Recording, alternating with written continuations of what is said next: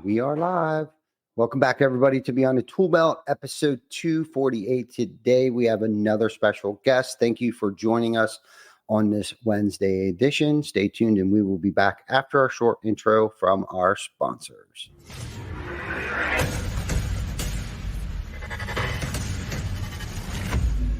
TC Packer. Roofing, siding, windows, gutters, solar. Roofing, siding, windows, gutters, solar. TC Packer.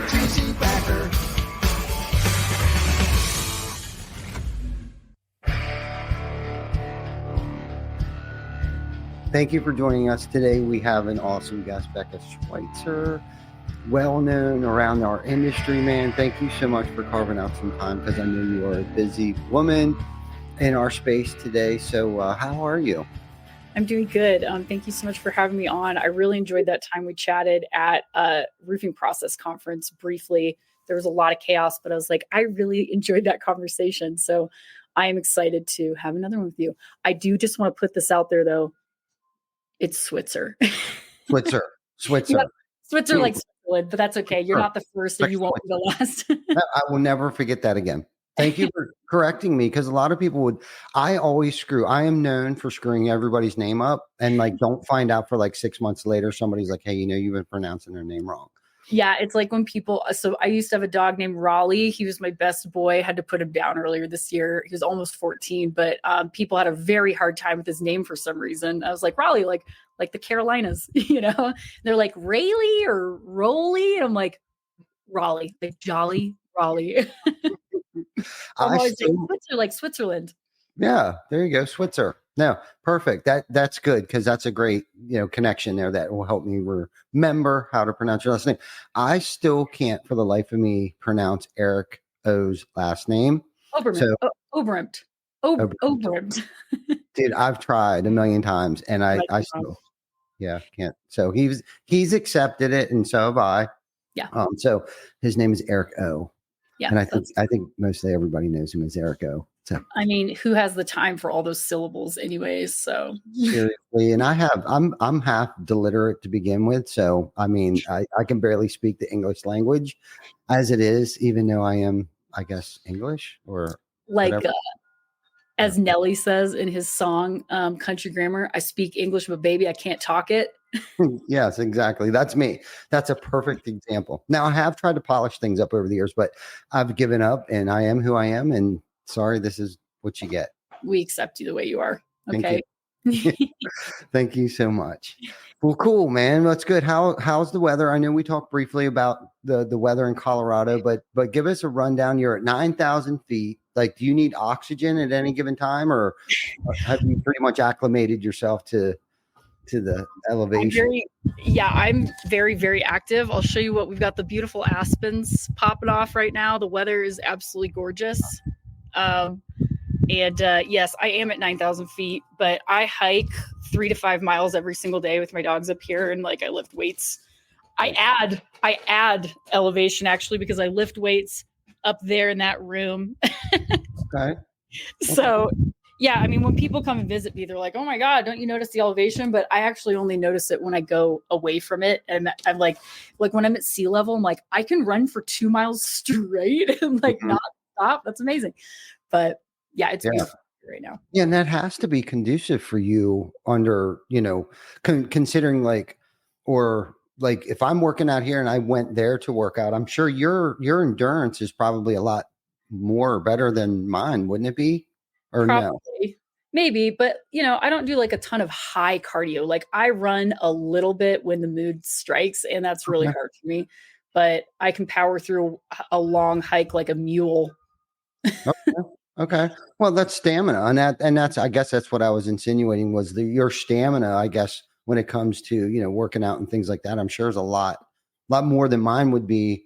You'd probably outpace me if we went on a hike because of me not being able to acclimate my lungs, I guess, to that elevation. I don't know. I've been to Colorado maybe twice. And I think the last time I went, I was with Jana, and I think she was actually having issues like where her face was like swelling, like her phalanges and her toes and shit were like swelling from the elevation. Maybe, I don't know. It's weird. Yeah.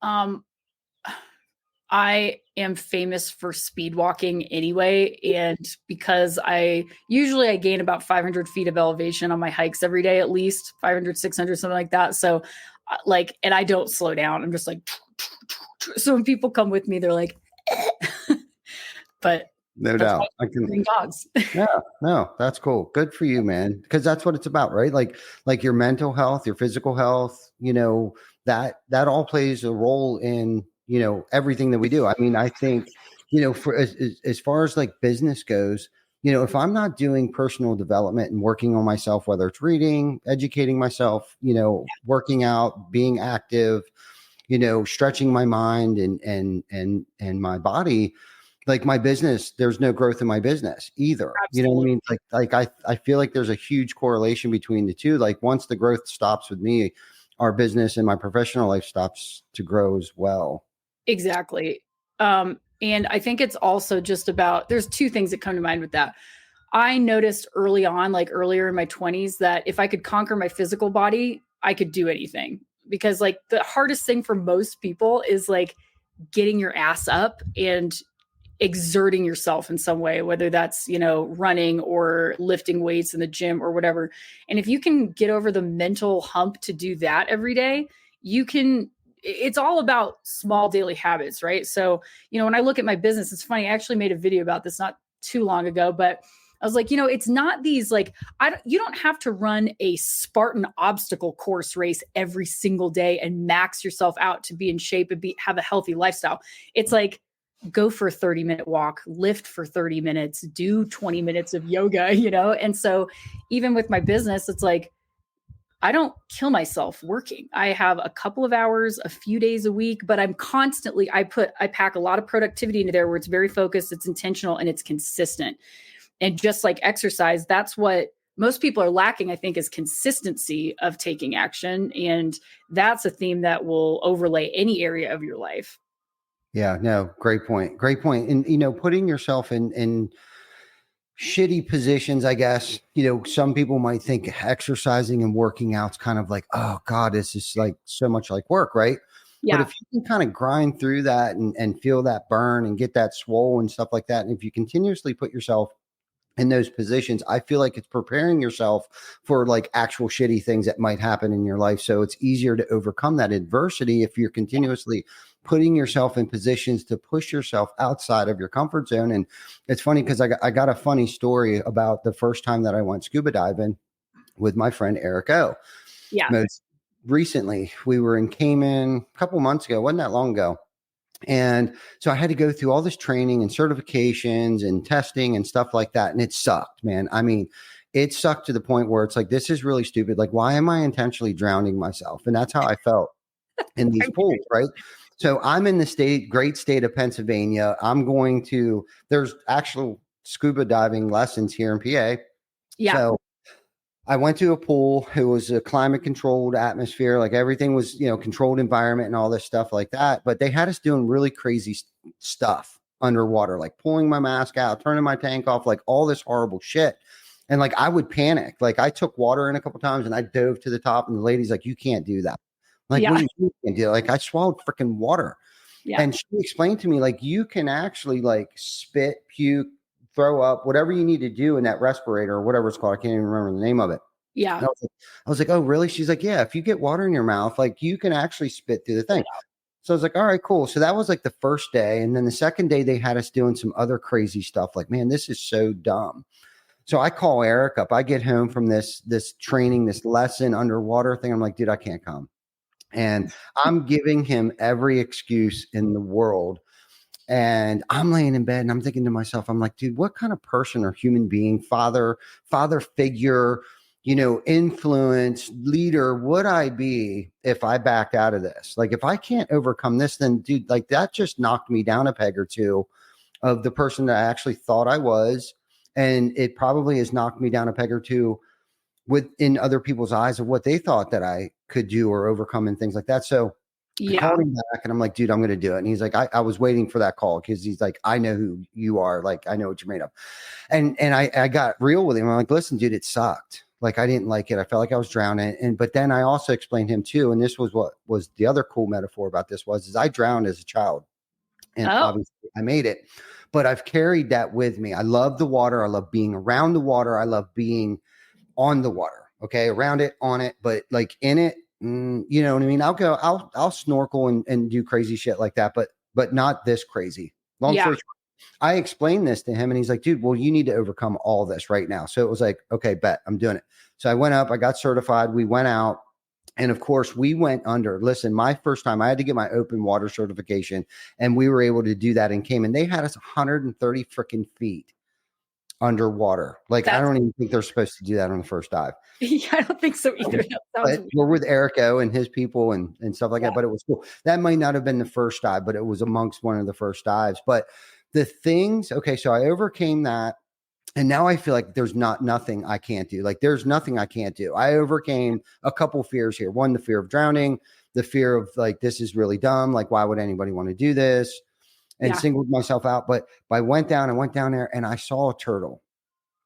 Turtle got in my face. This thing had to be 300 years old. It had barnacles growing on it and shit, and got in my face and it let me pet it. And Yeah. at that moment, it's giving me goosebumps right now. At that moment, I swear to you, I thought I'm supposed to be here right now. Yes, absolute. That's beautiful. I Yeah. love that. Yeah. So it was cool. So anyhow, you need to be intentional about putting yourself in shitty situations. I think sometimes like push yourself outside your comfort zone, because when the outside environment brings something, because the world, the universe sometimes throws you a curveball, right? So if we're not preparing ourselves for those battles, like, how are we supposed to deal with these things? Are we going to tuck our tail and run, or are we going to prepare ourselves for battle? Yeah. I always used to remember thinking the thought, do shit that sucks. Like just do shit that sucks. Because that's how you get stronger and braver, and you just kind of build that muscle for adversity. And, it's funny because you and I were talking before the show started about tattoos and how we secretly like have this weird, like we like the pain because it's like, I always notice I'm like, this is a great opportunity for me to witness pain happening to me without identifying it and like giving up. It's like, okay, so what I'm thinking of right now, and as you described that story with scuba diving, like overcoming that fear, is it's about witnessing fear or pain or whatever it is without identifying with it so much that it ruins you, right? It's like you are a being that's having an experience. And so right now I'm having a temporary experience of fear or a mental roadblock, or I'm experiencing pain or struggle or grief or depression or loneliness or anger or whatever it is, right? But you just understand that it's like weather. Sometimes it's raining. Sometimes it's sunny. Sometimes it's windy. Sometimes it's storming, right? So it's about just endurance, witnessing the experience without identifying with it so much that it sinks you, and realizing that it's temporary. Right. And what's on the other side of that thing? Like, I'm keeping myself from a beautiful experience shared with my friends. If I can't scuba dive, I'm showing my kids that something else has power over me, like my fear has power over it. So there's so many different ways to approach it, but Yeah, I love there that. really is. Yeah. Thank you so much. Cause it's been very impactful in my life. One, the fellowship and the camaraderie that I got to experience on this trip. Like Tim Brown was there, Erico, Joe Huffman. Like there was a lot of really good people there. Yeah. And to be able to open up like that, like, look, guys, I'm scared. And Tim Brown was my scuba partner, because that is something you can't go scuba diving by yourself. You always need a partner. This is one of those team things, right? Like, so there were so many different lessons and metaphors amongst this trip. Like it was so life-changing for me to experience this with somebody else that never did it either, but we kind of helped push each other through it. Because I saw Tim kind of panic sometimes, and then I panic sometimes when we were underneath there, but it was kind of like, because you got to do hand signals. Yeah. Okay. I need to go up. I'm okay. Yeah. Right. You know what I mean? So, or like, no bueno, dude, like I'm out, you know what I mean? But it was like, yeah. And it goes against everything that we're trained to do. Like you're under a stressful situation, into the nose, out to the mouth. Well, you can't do that underwater. It's straight through your mouth the whole time. Yeah. Right. So you're not used to that either. So, but you got to remember to breathe. So the name of this trip's called Exhale, which again, another metaphor, like We went Yeah. there, unwind, experience some crazy shit, but come back better people, you know.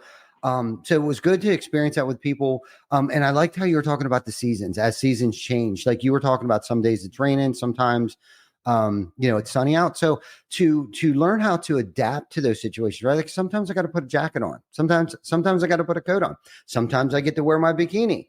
You know what I mean? But it's like I just got to roll with those punches, and that's what it made me think of. Like when you were talking about, I just heard a really great podcast about as things change. Like, and I just need to know how to adapt and be decisive, especially when other people are like relying on me. Like I need to be the guy that like I might not have all the answers all the time, but I can't panic and I can't freak. We just got to get through this. Sometimes I got to put my coat on. Sometimes I can wear my bikini. Right. Yeah, absolutely.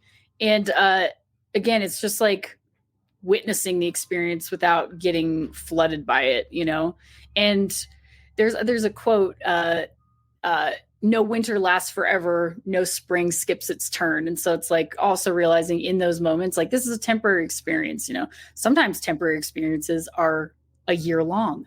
Like if you're grieving the loss of somebody or something like that, or it's a breakup or a death or an illness or whatever. But I think just keeping your head above water and staying calm. I mean, these are just such great analogies and metaphors for those experiences. Yeah, most definitely. And that's the thing too, is not to panic or flail. You're right. Cause I've done that, especially in my younger years where I would panic and I'm very intentional about not doing that anymore. Like I know, cause I've come to realize that things don't happen to us. They happen for us. Yeah.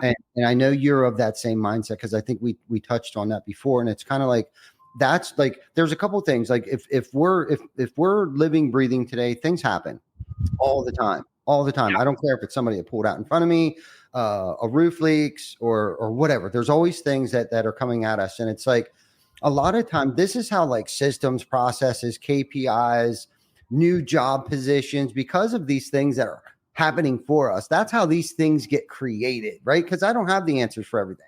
You know what I mean? Like I can't predict the future and I don't have a crystal ball. So it's like, we need bad shit to happen to us for like great things to happen. Right. You know what I mean? And that's kind of how I look at it too. Like when, like the worst of all worst things, and that's, of course, that's how I always think like, oh my God, this is the worst thing that's ever happened to me. Right. Well, this is how good shit gets built. This is how things get formed. You know what I mean? If you can look at it like, okay, why is this happening for us right now? Okay, well, there was a gap that needs to be filled. So that either we need to fill it with a process or we need to fill it with a person. Is this a temporary thing? Is it just like a 6-month project? You know what I mean? So do we need to hire an outside company to come in and just like build something for 6 months? Or is this a position that actually needs to be filled for a lifetime? And that's how I try to look at things today. I'm not perfect at it, but about 5 minutes into it, sometimes I'm like, okay, why is this happening for us? Yeah. Well, that reminds me of the saying that necessity is the mother of all invention, right? And I had actually journaled not too long ago, maybe this was last year, but I'd written something about like how everything stems from problems. Like we don't come up with improvements or changes or redirection without hitting problems, right? Like we need to improve something or change something in our life. And so they're all just stepping stones to discovering new paths or better options in our lives or for our businesses or whatever. So yeah. But agree. people, again, I think we get too attached to the thing itself. We either get attached to the fear, like we talked about, or we get attached to the problem instead of seeing it as like, oh, this is just like a problem. For example, is just like a messenger. Hey, this thing doesn't work this way very well.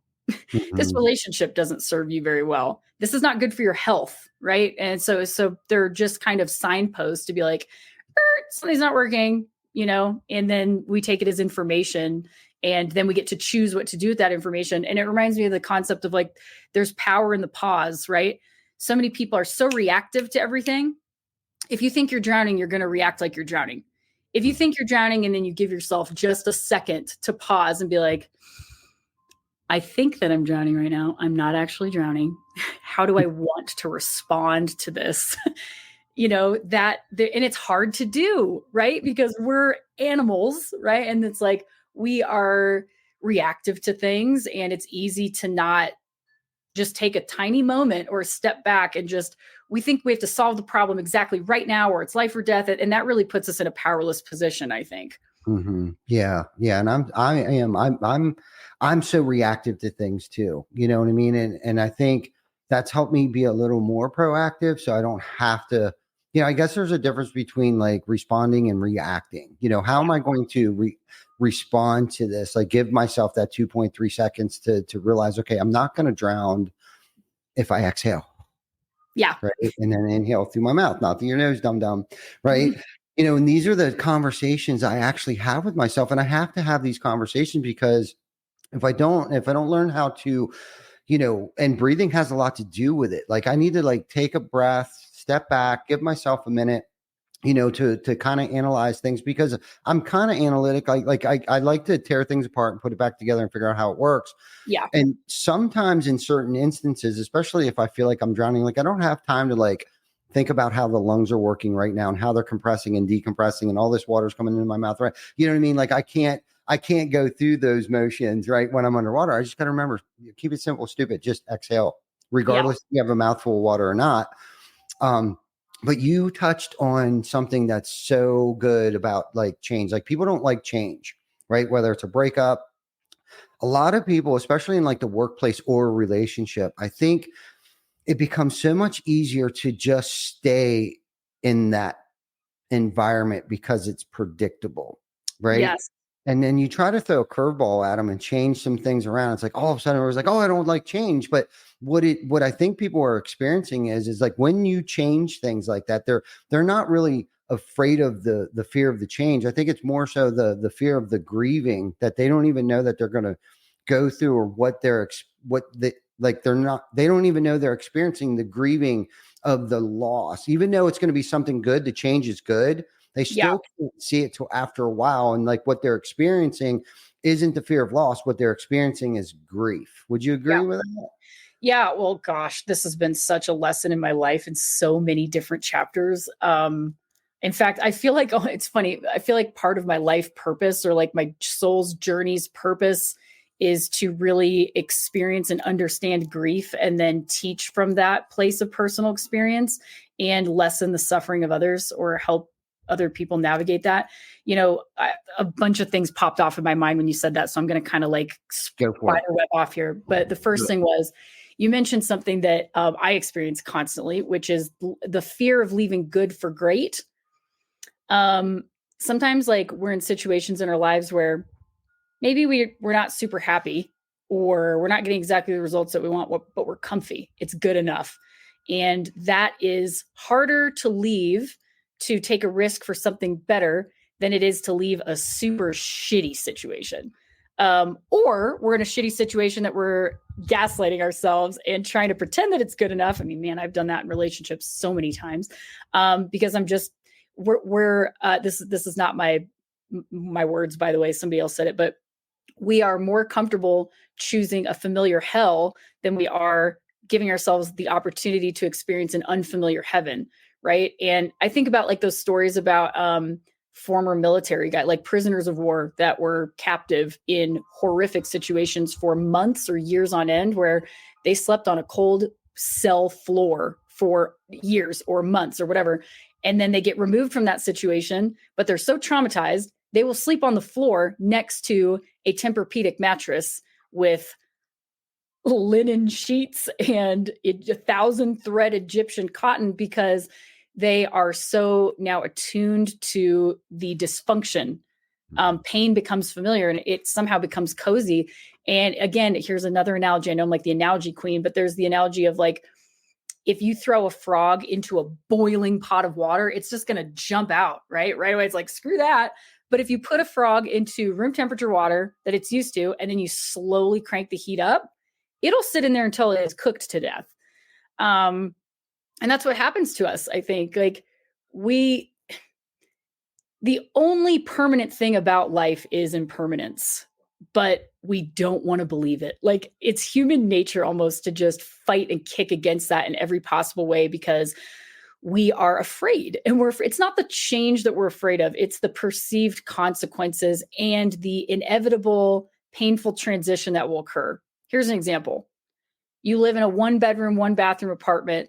It's too small. You hate it. Traffic sucks. You're excited for the prospect of moving into your 5-acre lot with a 3-bedroom, 2.5-bath house, right?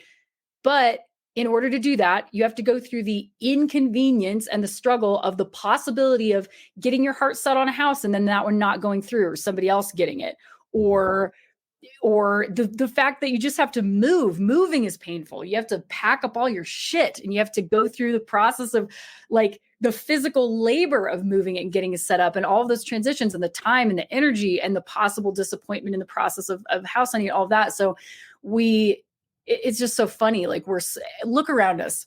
Everything in nature proves to us that change is not only inevitable, but it's natural. Look at the seasons, right? Like, spring comes and then summer happens and it's hot, and then change happens for the fall, and then the trees lose their leaves, and then it's winter again. It's like everything dies, right? Nothing lives forever. Like it's all around us, and yet we have this false hope that somehow we can avoid being a part of that, and we can't. No, that was so good. No, you hit on so many good points there, and especially like the changing of the seasons, and it's like, we're bitching about summer being so hot, and it's like, I can't wait till winter gets here. But then when winter gets here, I'm bitching. Yeah, I can't wait for summer. You know what I mean? I think it's just, that false sense of, I think it's going to be better. The grass is greener, over here. And it's kind of like, it's that old analogy. It isn't, it's greener if you water it, types of, things like that. But it's like, I think the older and the more mature that I get, I realize I guess it's a part of, working on myself so much. It's like, I'm starting to realize like what triggers me, what doesn't trigger me, red flags that go off, those that I want to surround myself around today, who I feed off of and get good energy from, those that like suck my energy, who I can only take for about 3 minutes. Because life is too short. Like, I've been in a blink of an eye, like I turned 48 this year. Like, I can't believe that. Like, what happened to the past 20 years, right? Of like killing myself, grinding away, and I envy you because I don't work.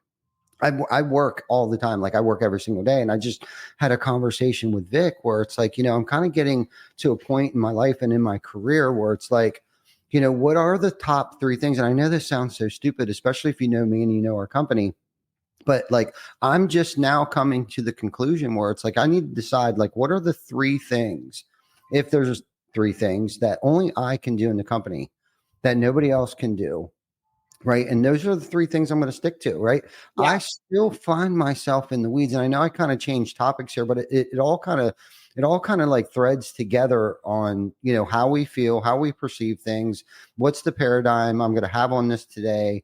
And having that paradigm shift, like, okay, like, what, like, I don't need to do this. Like, there's really smart people around me that can do this. And isn't that why I even hired them in the beginning with? It's like, why am I still getting involved with these things? And I just don't like how that makes me feel anymore. Yeah. You know what I mean? Like, I'm kind of in that season right now where it's like, it's not about like my New Year's resolution. And this is no shit, wasn't about like stacking more shit on top of shit. Right. It was actually about subtracting things. Yeah. With addition, sometimes, that, what is this thing? I just recently heard something. I think I wrote it down. Let me look here real quick. It says sometimes addition by subtraction is necessary. Yeah. Right. And I guess that's the point I'm trying to make. Like, I need to remove some things so I could add better quality things to my life. It's kind of like the season that I'm in right now. Yeah. Absolutely. I mean, okay, so we all have like limits, right? And there's things and habits that used to serve us at one point, like you being, we'll call you a control freak. I identify with that as well. But like, just to say that the reason I'm saying that is because you're expressing like, I'm doing more than I want to be doing at this point, despite the fact that I have other people that I could delegate. And by the way, delegation is so hard for people who are like type A, high producing, top performer type people. I mean, I struggle with that horribly. I'm a 1-woman show besides a very, very part-time assistant. And so to speak on that, I would say there's diminishing returns at some point where, think about exercise. Let's go back to exercise. If you exercise every day, most days, that's good for you.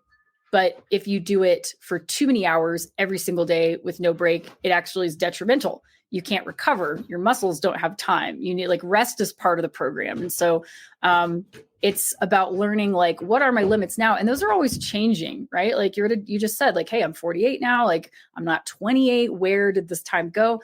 And I think it's constantly about just kind of reassessing where we're at in life and what is serving us now, and what do I need? What do I want? And then how do I organize my life around that? Right. And some of that is just kind of trusting. Like, I can tell you, I got rid of a former assistant who I thought did way more for my business than he actually did. Long story short, I overpaid him. I mean, it was just like a ridiculous situation. And I wanted to release this person for a really long time, like several years actually. And I'd made plans to do so. And then I would always chicken out because I had this weird like scarcity mindset, or in my head, like, I don't know how I'm ever going to run my business if I don't, and then when it finally did end, I realized, like, first of all, somebody else entered the picture instantly without any effort on my part. It was like the universe said, finally, you made room. Here's a person that could help. I like quadrupled my business or 5x'd it in like 1 or 2 months with this new person. And it was just, I had this prompting that I constantly put off and put off and put off. And when I finally gave in, the universe was like, here you go. This is what I've been trying to give you, to like give you a better result. Right. And then I found somebody else that helps me so much more than my previous employee. And I'm like, man, it's like, you have to just, it's all about feeling. How do you feel right now? What is not working for you? What are you afraid of? Okay. Is that really a valid fear? Or is that a fear that's big enough that is going to prevent us from taking a different action?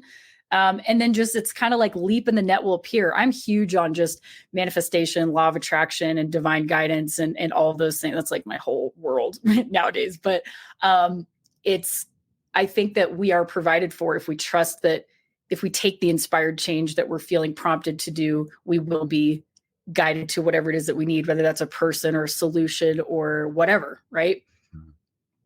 Yeah. No, I agree with that. I don't know how many times, at least twice over my career, I've experienced the same feeling that you're describing right now with a coworker.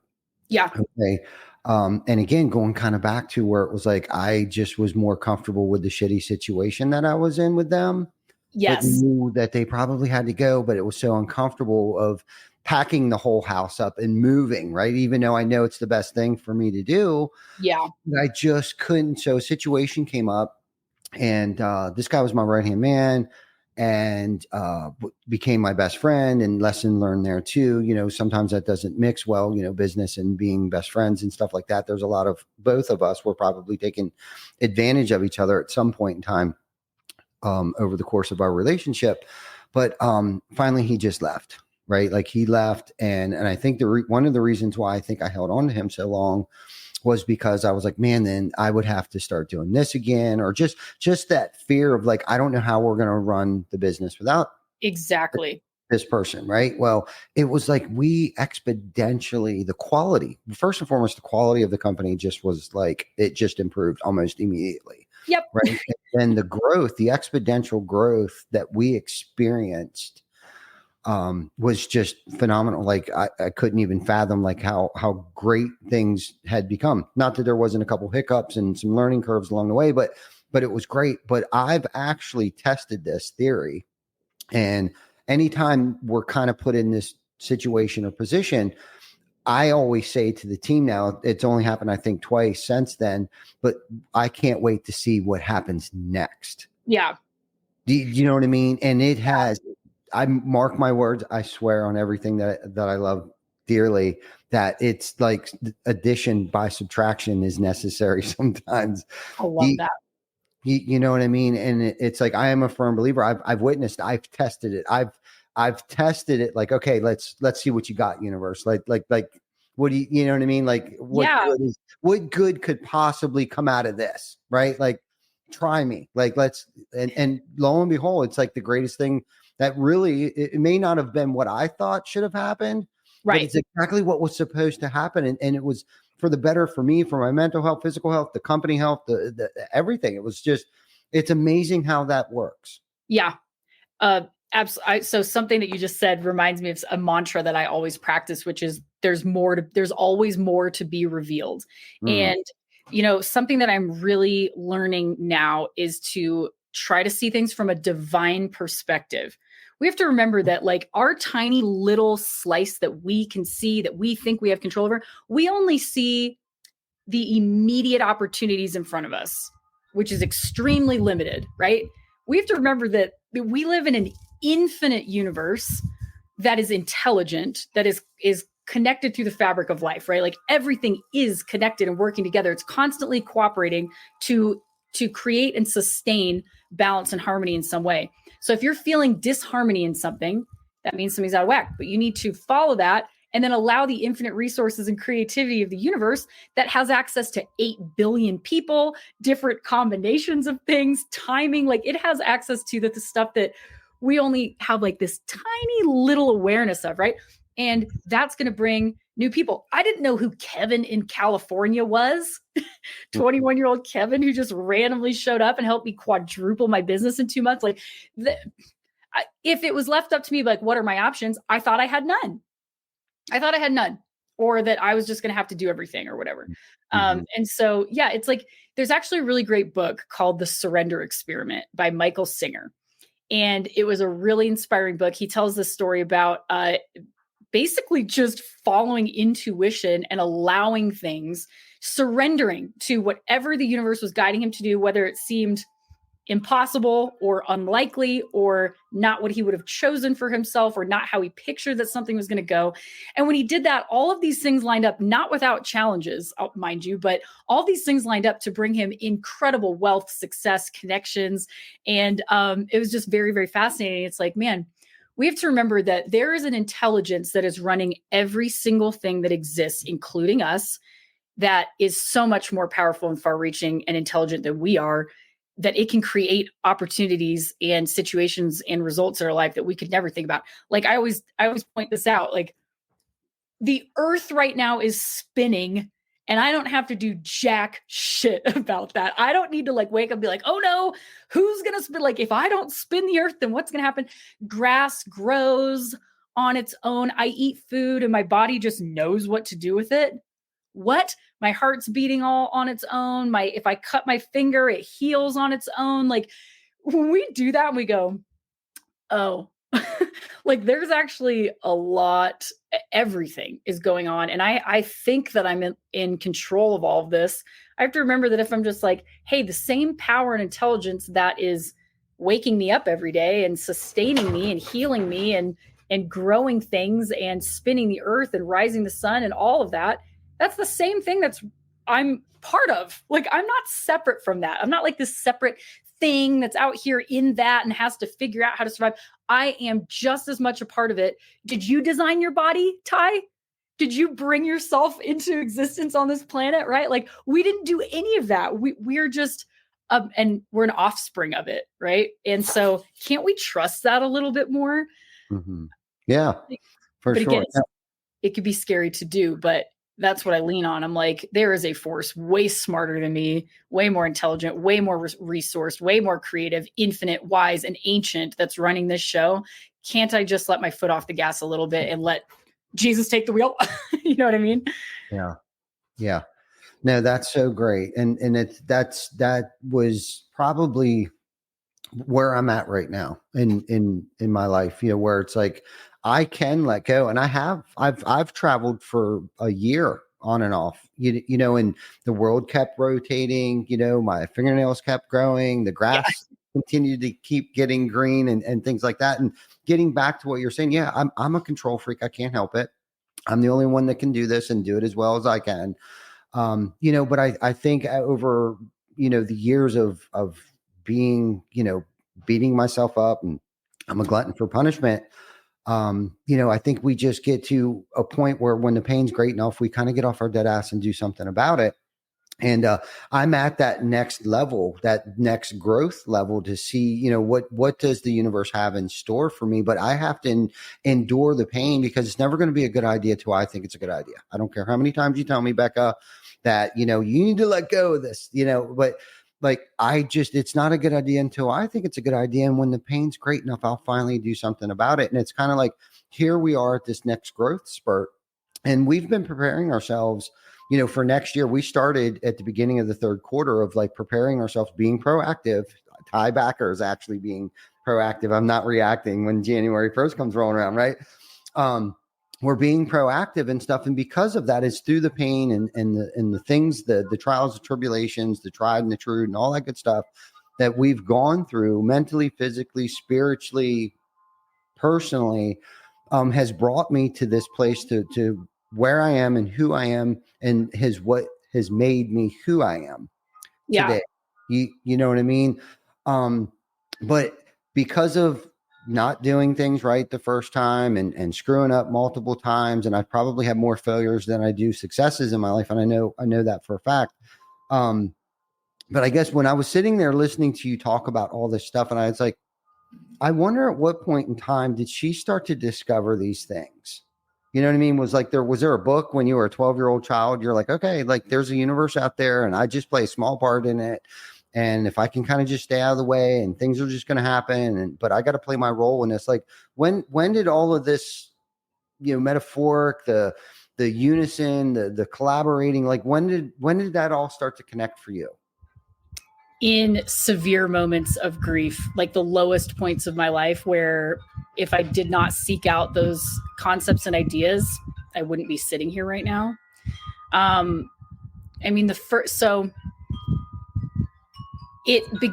began having what I would call a spiritual awakening when I was about 25, and it was kind of spontaneous. I was starting to get what I call downloads, like ideas and messages and things. This is going to make me sound like a crazy person, but I was starting to get ideas about things that I didn't really totally understand. And it was prompting me to seek like deeper meaning and depth in my life. And at the time I was married, unhappily, both of us were unhappily married, I would say. And I was terrified to make a change. I was young and I didn't have I don't have a normal upbringing. Like my parents, my mother, it's not even fair to just say that she has borderline personality disorder. Like she's sociopathic, and what my therapist would call malignant narcissist with borderline personality disorder. So what that essentially means is she is a terrible person. She's very cruel. She is narcissistic in degrees that you could not possibly imagine. And she took pleasure in really harming my brother and I, like mostly in emotional ways, but psychological, emotional. So, and then my dad, I'm pretty sure, is like a clinical narcissist. I'm not using pop psychology here. This is like the serious issues. Okay. Mm-hmm. So they took us away from my whole family in Canada. I'm actually from Newfoundland, Canada, which is like 3.5 time zones away, and cut us off from our entire family for my entire life. And they were just terrible. Like I grew up in a house that had no love. It had a lot of severe, weird, creative punishments all the time. And like, I just thought I was a bad person. Like I don't deserve love. I must be bad. And so fast forward, I got married very, very young. I think subconsciously, it was the first person I dated. I had never even been with anybody else before. And he was 8 years older than me. And I think that was the first person that I kind of felt like somebody's going to take care of me, And we got married. We met when I was 19. I got married 2 years later when I was 21. And then throughout the years, we were not compatible in really important ways. And I had no emotional intelligence to navigate a relationship. Like, bless that man for some of the stuff he put up with for me, because I just didn't know how to navigate anything.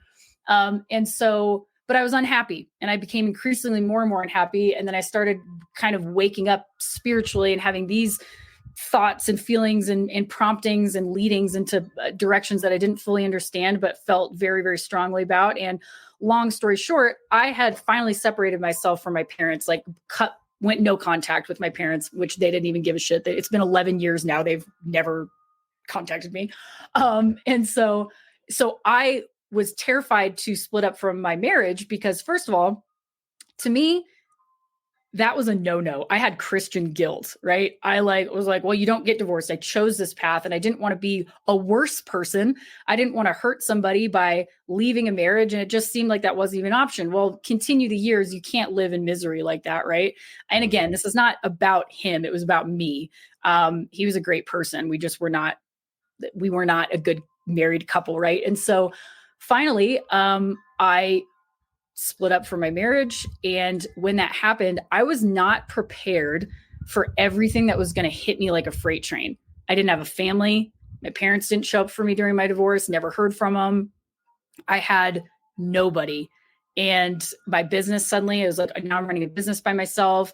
I had nobody. I had moved into a new state where I didn't know anybody. Like, so all of that was just hitting me so hard. And this goes on. I mean, I dated a really wonderful person who is still like the love of my life, quite frankly. But he was really loving me and like showing up for me.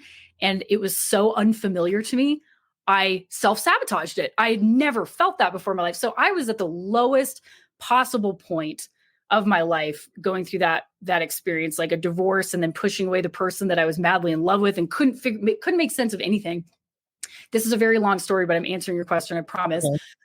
So all of that compounded to a point where I could not get through my days. Like there was a whole year. I might get emotional here. I don't have a hanky. This is going to be a problem.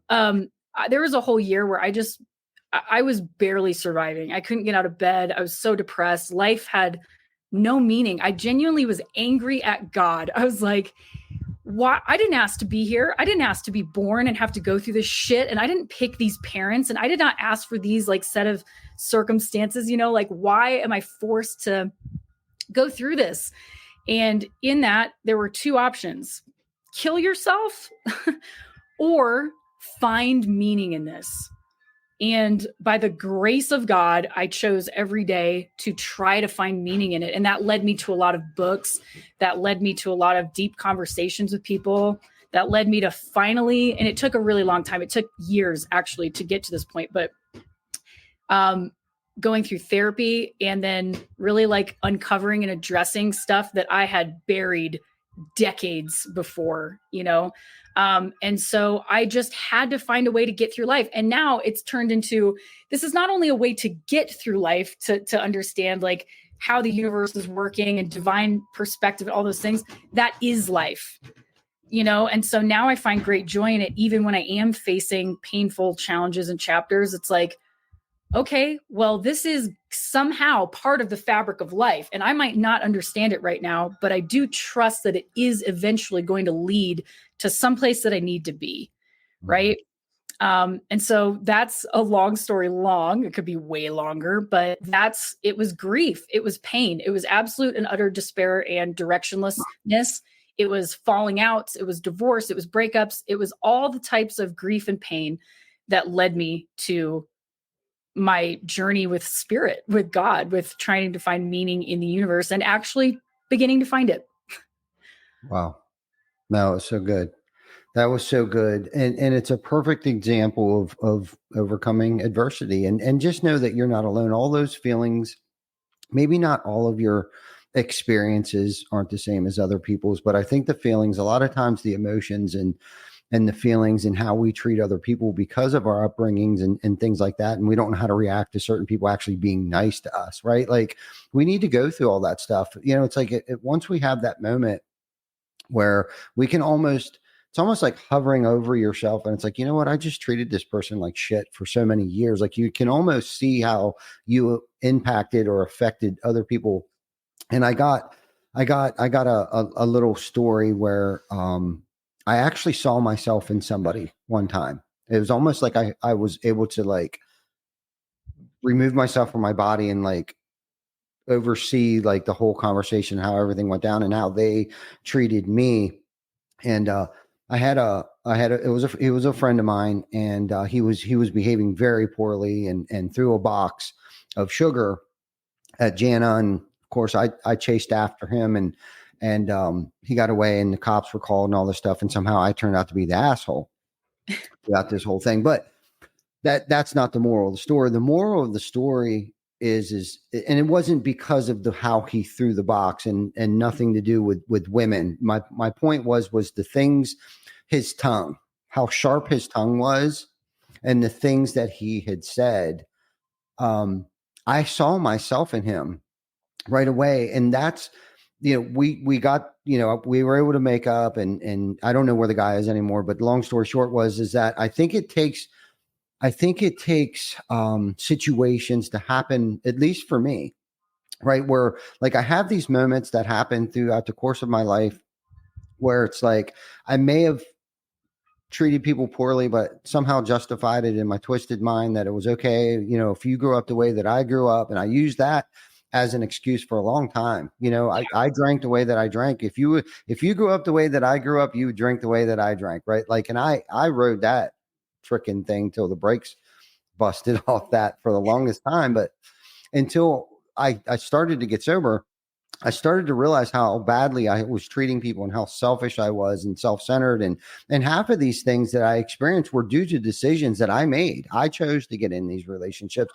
I'm the one that chose to drink that way. Like it was nobody else's fault but my own. But it's like I think at some point in time, I think I maturity and puberty hit me later than most people, I guess. You know what I mean? Where it was like I started to like actually wake up and see and identify like I don't like this person. The reason why I didn't like these people was because they acted the same way that I did. They had the same character traits that I did. Yeah. But I couldn't really put my finger on like what everybody else liked them, but like I didn't like them. But it was because I saw myself in them, and it's taken me a long time through the experiences. Some self-inflicted experiences, some were outside, environmental stuff that I had no control over. But I needed getting back to like our initial conversation was like I needed all of these things. I needed to behave the way that I did. I needed these situations to happen to me, whether it was my parents, the things they said to me, the positions they put me in. Um, or the things that I put myself in to be the person that I am today, to have that empathy, to care, to actually have a relationship with another person, right? Like I didn't know how to have a relationship, friendship, whether it was a friendship or, a girlfriend. Like I didn't even know how to do those things. Yeah. I really didn't. I didn't know how to reciprocate love to somebody else. It was a take. I thought you were here to serve me. Kind of, you may not been that, but that's kind of who I was many moons ago. And that can veer its ugly head sometimes too, but I'm quicker to like check myself, right? Yeah. Like I know because it just doesn't feel right. Like I get that feeling today and identifying these feelings a lot quicker, that I just put myself in a position where it's like, oh shit, I owe an amends. And that's big too. For me, for healing, it's still kind of like that healing process of the shit that I put myself through and the shit that other people had put me through. It's kind of like I'm still kind of healing from that. But I know today that I'm the only one that can make any situation worse. Yeah. Like any situation, like I can blow things so far out of proportion, kind of like I almost did with the Chuck situation where he threw the box of sugar. I almost made that situation worse than it was, even though he threw the box of sugar and he's the one that started it. But I was going to kick his ass and the cops were called. Yeah. So if I would have handled that situation much differently, it wouldn't have spiraled out of control as much as it did, and the cops wouldn't have been called. But because of all of that whole entire situation and me being able to like step back for a minute and see where I actually played a part in this, like I saw myself in him. That's probably why I didn't like Chuck to begin with, right? And then my behavior just trumped what he did. Yeah. I don't know if any of that made any sense. I was kind of just trying to relive a little thing that happened to me that I kind of related a little bit with what you were saying. Yeah, I mean, absolutely it does. And it's funny because when you said something, you said you like something that you had not liked about yourself that you've worked on is like the sharpness of tongue. Mm-hmm. And that's like a huge, like chronically throughout the last, throughout my adulthood and even as a teenager and stuff like that too. I understand now that I lived in such a powerless situation as a child constantly that I did not get a chance to express any of my feelings, my anger, my sadness. And if I did, I was punished for it, or I was completely gaslighted or invalidated or whatever.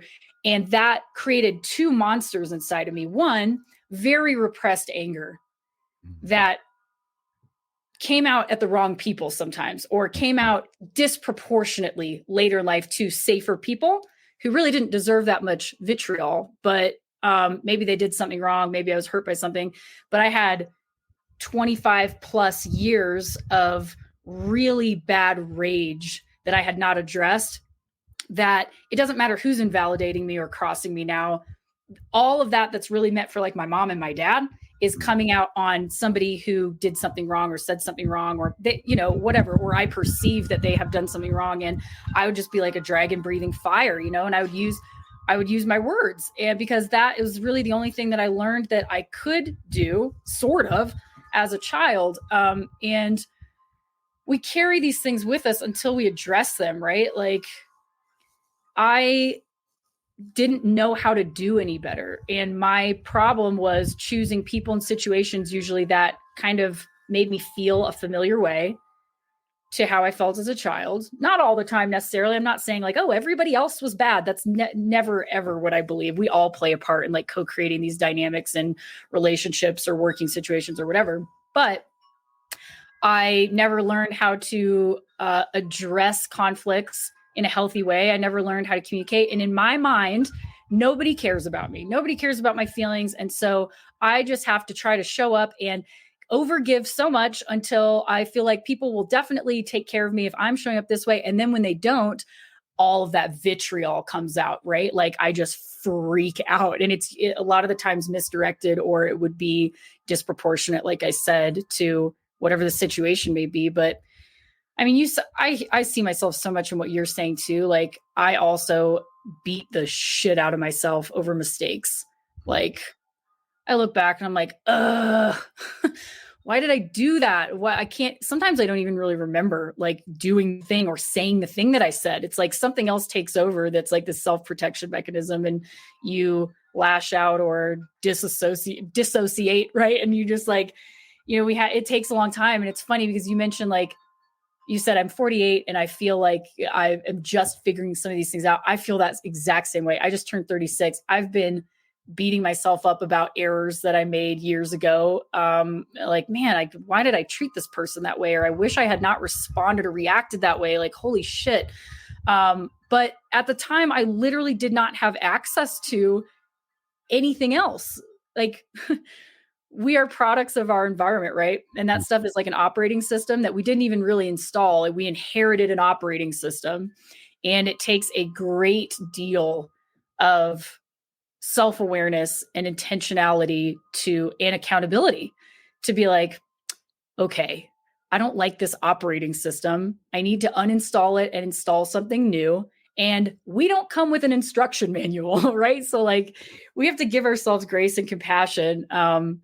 And that's tough to do. It really is, but it's worth it. It's worth the work. But a lot of us do leave a trail of damage behind us on that journey. And it sucks. Like if you're not a sociopath, you're going to beat yourself up about that. You're going to think about it a lot.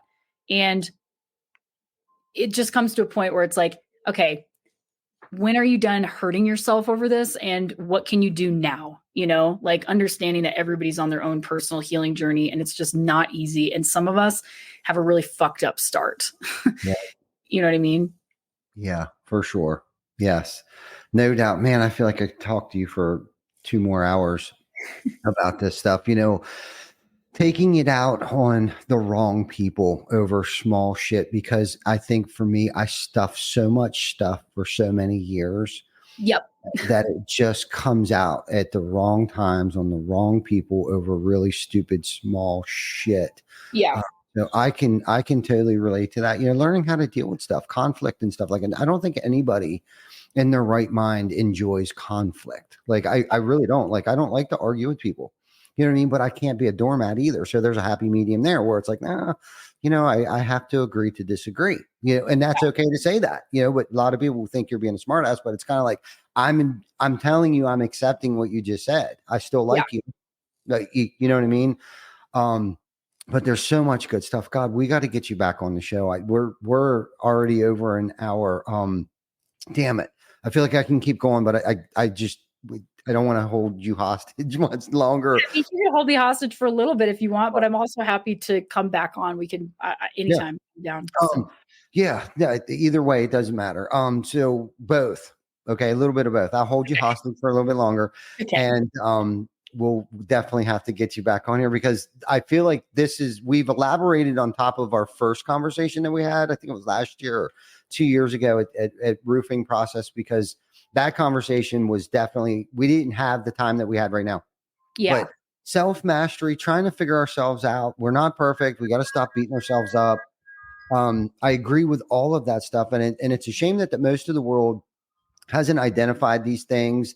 They're set in their ways. And that's the thing, keeping an open mind, remaining teachable, I think has been a pretty good asset of mine of like, what got me here isn't going to get me there. And I'm not who I want to be, but I'm definitely not who I used to be. Yeah. And every day I'm continuously trying to work on just being a better human being, a better father, uncle. I'm a grandfather. Can you believe I got 3 grandchildren? Thank Yeah. God. That I'm only 48 in this instance. I'm only 48, right?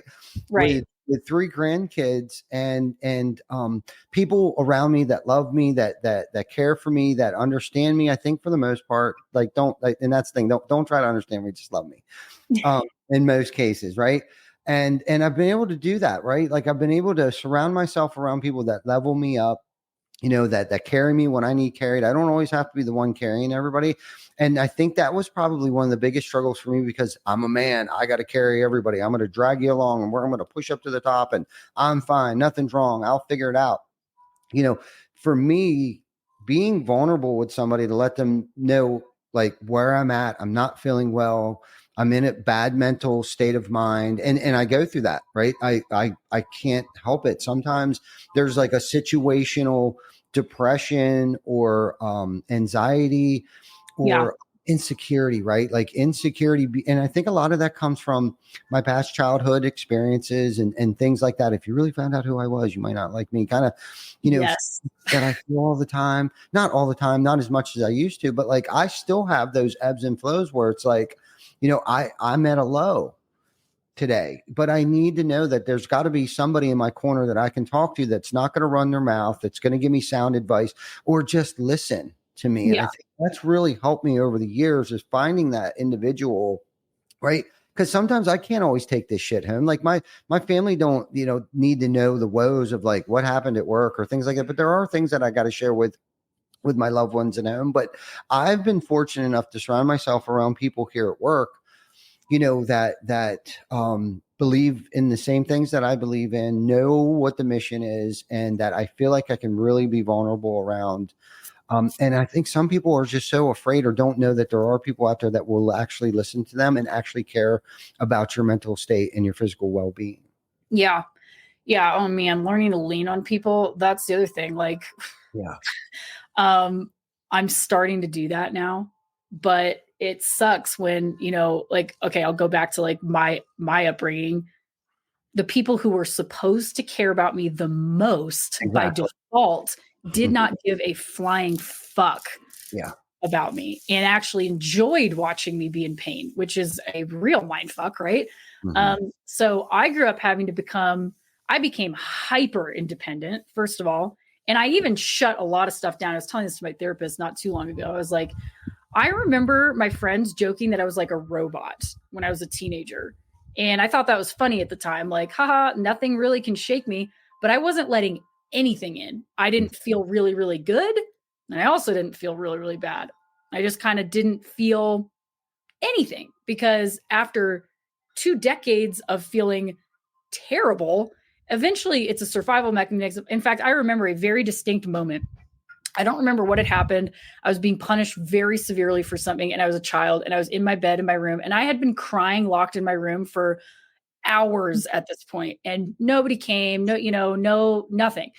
And I just remember feeling so exhausted from crying and realizing nobody was going to come for me that I literally just had the thought, it was like a different voice came in and it was like, you need to not feel anything anymore. Like the only way that you're going to get through this is like this life until you're old enough is to just stop crying and just endure until the end. Like you don't have any control here. And I did that, but to a degree to where that persisted for so long. And I was defensive. I was, I just became kind of like, I used aggressive humor a lot. Everything was just like, keep everybody out. And be charming so that you're likable enough you get through. But it was like, I didn't realize now, but now I see that part of me was just absolutely fucking terrified of human beings, like who are you going to trust? Nobody likes you, or I've always kind of felt like an imposter, or like on the outside, like I don't have a family. Where do I belong? Like, who do I belong with? Where do I belong? It's like this crazy, deep, deep, deep seated thing. I feel like I'm getting off course here, but you're saying, not at all. So yeah, just trying to figure out like how to be in the world and where you belong and reaching out. That's what we were talking about.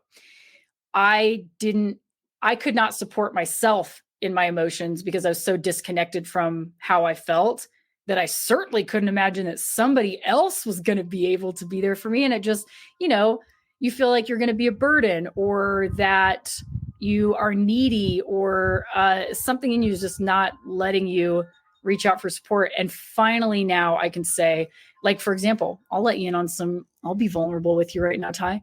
I have been so lonely in my life, like the last year or so. I live in a beautiful place, but I'm very isolated. Like, I don't have community up here. The nature of my business is that I work by myself on the internet. All of my relatives live in Canada, 3,000 miles away. And I only really met them in my late 20s when I, for the first time. So it's like, I don't have those built-in kind of connections and communities. And so, like Saturday and Sunday, I literally cried all day. Like, I was in a very, very low spot, and I spent the entire afternoon pretty much on Saturday on the phone. I finally would call people and I'm like, hey, I'm not doing good. Like, I'm very, very sad. And it was very, really cool just to see like people just sit and listen and like FaceTime you. Hey, you like, they don't need to fix your problems. They're just like, hey, I understand how you're feeling. Like, and just kind of let me air stuff out. And then that in and of itself is healing. Mm-hmm. And it's funny because maybe you can relate to this, or maybe not. I don't want to assume. I always felt like, maybe not, because you did say something earlier that might be the opposite of what I did as a younger person, but I always felt like I needed to be there for everybody else. Like, I wanted to, but I had never let anybody else in on my problems or my depression or my suicidal ideation or my grief or any of that. It was just like, I constantly found purpose in being there for other people and going the extra 25 miles for them, doing stuff that I had no business even doing, that some people look at and be like, wow, that's really insanely generous or selfless. But I think I was self-abandoning in a lot of those situations, for people that probably didn't always deserve it either. Mm-hmm.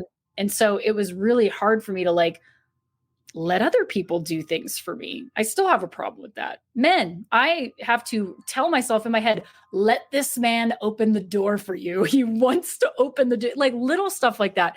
So even, the big stuff, when you're like, hey, I am having a scary low day right now. I need support. That seemed like a really big stretch, Yeah. But happy to report I'm doing that now. Well, good. I think for me, I can relate to what you were just saying, going way over and beyond and being super generous. I think for me, it was because I just wanted people to like me, and I thought I needed to do things for them to get them to like me, right? Exactly. To be popular. And trying to find that spot in the world, like, where do I fit in? Like, I just feel like I don't fit in. And so I would do really stupid stuff like giving, caring, and open up my heart. And I think when you were going through that, where you weren't really feeling anything, you didn't feel good and you didn't feel anything, it was easier to not let anybody in, so you didn't have to feel hurt or, let down. Like, so many people had let us down over the years. So it was kind of like, I'm not even going to let anybody in. Yeah. At least for me, you know what I mean? Because I remember experiencing that during like even after like a breakup, where I would just like shut down, and like I was like, not heartless in a mean way, but like emotionless. Like, nothing can affect me. I'm not going to let anybody in. I'm not going to do anything. I'm going to put my head down, and I'm just going to do my thing. Right. And so I've been through that. And I've also struggled, especially in school. Like I just did really dumb things looking back, just to try to get people to like me, that were obnoxiously over the top generous and I can still put myself in situations like that, and then they come to expect it, right? Let's talk about then, and when they start to expect it, then I get pissed off.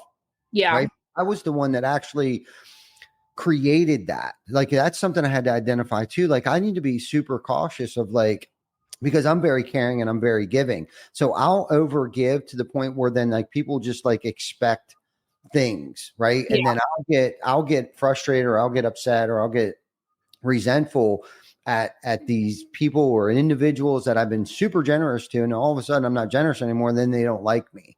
Yeah. And now I've you're a been narcissist. yeah. You're like, excuse me.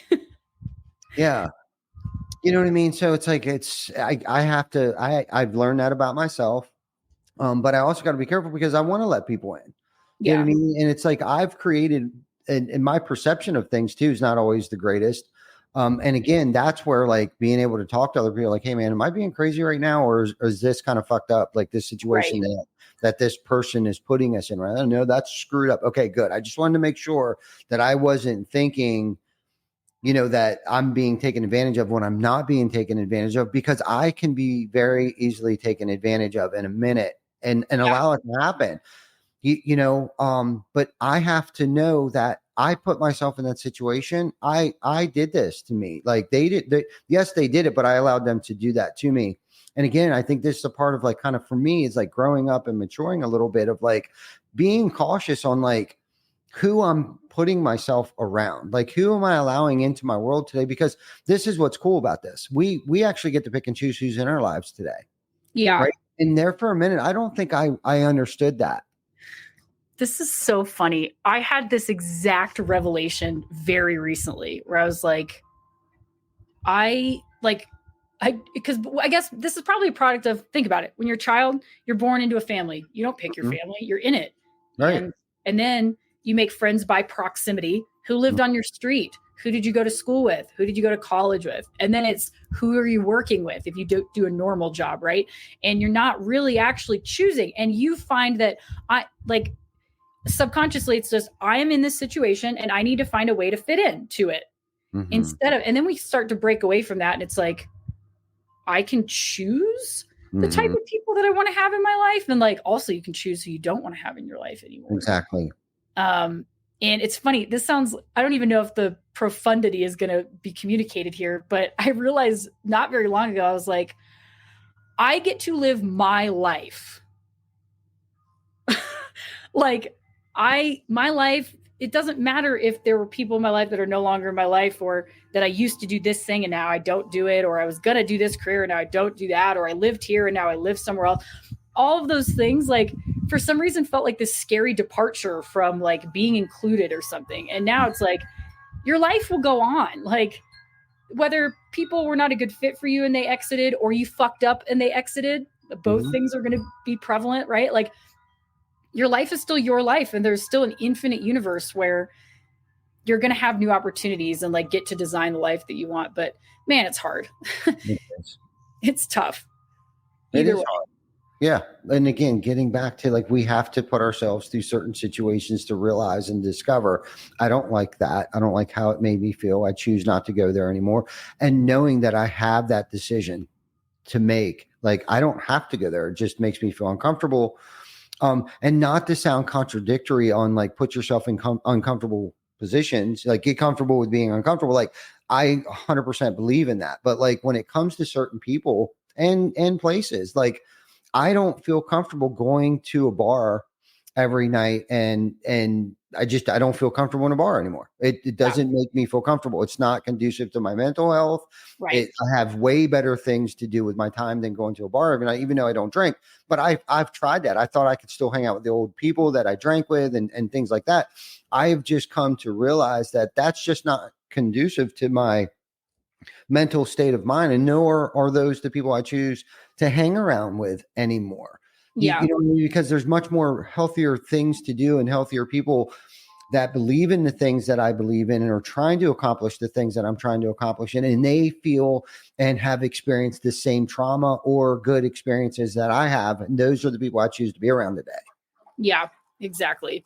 It's just like a weird, again, it's like all about the sense of belonging and like worries of exile, or like, who am I now? Or am I going to be shunned or whatever? And, like Doesn't 2 matter. years, I never had like a drinking problem at all. I never kept alcohol in the house. Good for you. But I still, my social activities, generally speaking, were going out and drinking because that's what everybody did, right? Yeah. And drugs. And I had some fun back then during that, but I also realized that like I make very bad mistakes sometimes when I'm drinking, cheating, saying, doing reckless, dangerous things, like stuff that I would never do in a sober state of mind. Right. And I realized like 2 years ago, I was like, drinking makes me a bad version of myself. I don't like who I am when I'm drinking. Not that I'm doing it that much, but when I do, I don't like what I do. I don't like how I think. Like I literally don't care. I like there's no inhibitions in my brain. And there's actually a lot of science behind this with what they call complex PTSD, which is what I would fall into very much so just from like my very traumatic upbringing. But your brain physically develops differently. Like your amygdala is shaped differently, your hippocampus is shaped differently. And that has a lot to do with your impulse control. And so like add that to drinking. There like I would just do stuff. I didn't care. There were no consequences in my mind. And then afterward I'd be like, oh my God, why would I do that? Right. And it's like, so I just decided I kind of gave it up. Not that it was like a huge sacrifice for me, but I also am not hanging out with the same people that I was my party friends, right? Like stuff happened there. We're not together. It's like, that's all we did. And now it's funny because like I kind of gave it up and then I wouldn't say when I started drinking again, but if I would go out and have a drink or two and I'd start even just get a little bit tipsy, I'm like, I don't actually like how this feels. I'm just slower and dumber. And why can I not be here in this situation with poison in my body or not? What's the difference? Like, why can't I go to this dinner and just be sober? Why can't I have this conversation sober? Why can't I go to this concert sober? What's the difference, right? And it just brings up a lot of questions. So now we're veering off into sobriety, but I'll still have like a glass of wine once a month at a social dinner or something, but that's like the extent of it. And even then I might not finish it because I'm like, I feel my brain getting dumb. I don't like this. You know? Well, good for you. I mean, because I know for me, I just didn't know when to stop. I made very poor decisions, and I'll still go out to dinner where there's alcohol served. I'll still go to bars. I'll still go to dinners and things like that. Like I don't hide from it whatsoever. And when I came to that revelation, like you had mentioned, like I can still be in those atmospheres and not put alcohol in my body. Yeah. I mean, and I think for the longest time too, especially when I first got sober, I didn't know that. Yeah. I thought if I'm going there, I need to drink. That's why I'm here. There's other reasons why people are here, whether it's a networking event or a roofing conference after VIP party or things like that. Like I actually enjoy those things now. I actually get to remember them and I don't feel guilty about the things I said or did when I was there the night before because I don't drink anymore. So it's like I remember, I have great conversations, and that I'll be quite honest with you. That's where I've met some really great people was those after hour parties after roofing, the conference is over and the VIP parties or the networking events. We're actually hosting one tomorrow here. You know what I mean? And there may or may not be alcohol here, but you know what? I don't really give a shit. That's just not my thing anymore. And that's not because I used to think that's how I could only cope with life. Because I liked how it made me not feel. I liked how it gave me that liquid courage where I felt like, I was actually I felt free. I was able to open up. I was actually able to have a conversation with a human being. Well, I'm having one with you today. I didn't need alcohol in my body.